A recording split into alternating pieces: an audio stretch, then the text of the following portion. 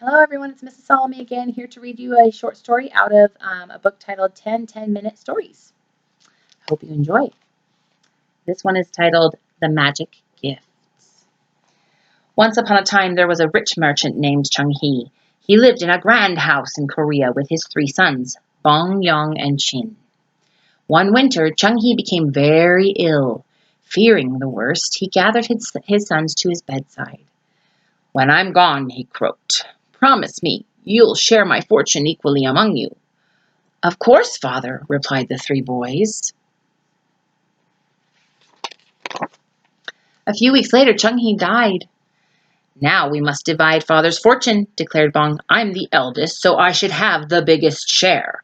"I'm the second eldest," cried Young, "so I should have the second biggest share." By the time Chin's greedy brothers had taken their share of the money, he was left with just one tiny bag of coins.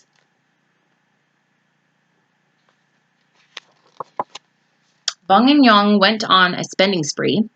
They crammed the house from roof to cellar with expensive china and fine furniture. "Sorry, Chin, there's simply no room here for you anymore," Yong announced one day. "You'll have to find somewhere else to live," agreed Bong. "Bye." Chin went into the village, but instead of spending his money on himself, he helped the poor locals. He bought them food and warm robes to keep out the biting winter winds. He even paid their rents. Soon, all of the coins in his little bag were gone.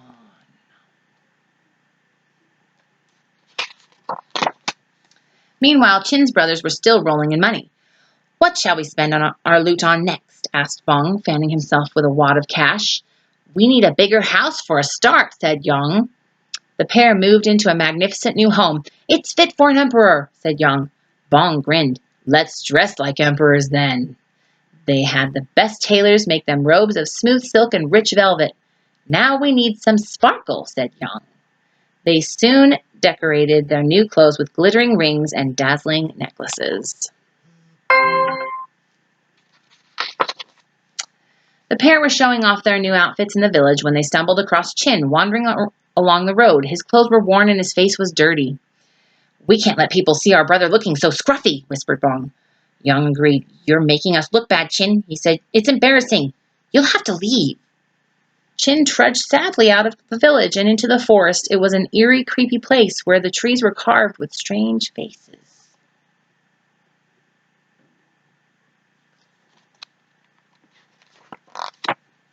Emerging from the forest, Chin saw a river. He was cooling his feet in the water when an elderly monk appeared. "Can you help me across?" he panted. "The bridge is broken." "Okay," said Chin. The old man clambered onto his back and Chin waded across the river. "Could you carry me home?" asked the monk faintly. "It's a long way for an old man with a heavy load." Chin felt sorry for the monk, so he took him all the way to his house, high up on the mountain.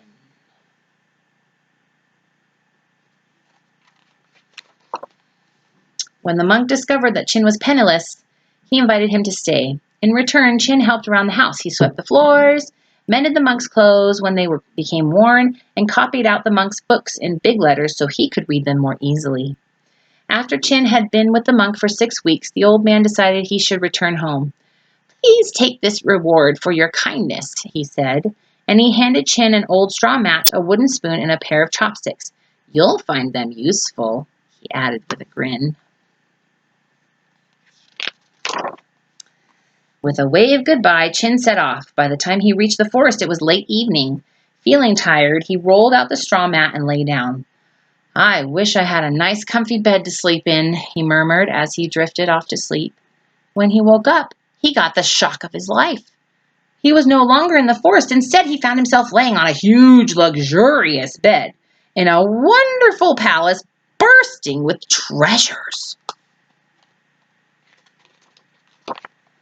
"My wish came true," thought Chin. As he climbed out of bed, he saw the straw mat under the mattress. Maybe the monk's mat was magic. I wonder if the other things were too. He tugged the spoon from his pocket. "I wish I had something to eat," he declared. In an instant, a stream of delicious, juicy fruit flew from the spoon. Chin feasted on the fruit in delight. It was the finest meal he had ever eaten. Then he looked down at his tattered clothes. Hardly fit for a palace, he thought. He took out the chopsticks and gave them a click.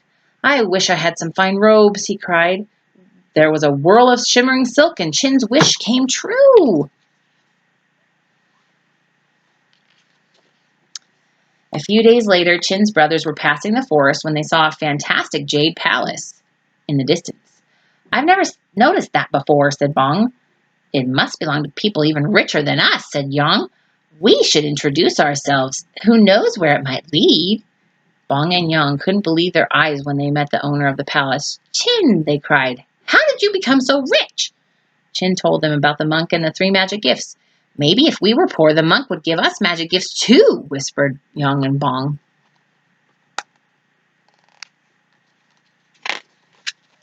The brothers rushed home and gave away all their money and jewels, every piece of their fabulous furniture and all their fine clothes, until only their tattered old robes were left.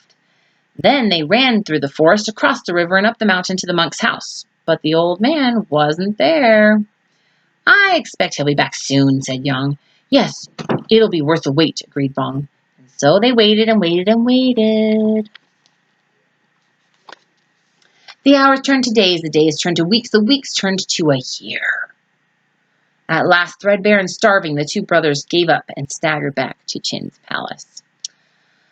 "I don't suppose Chin will take us in after we were so mean to him," sighed Bong, full of shame, but Chin welcomed them back with open arms.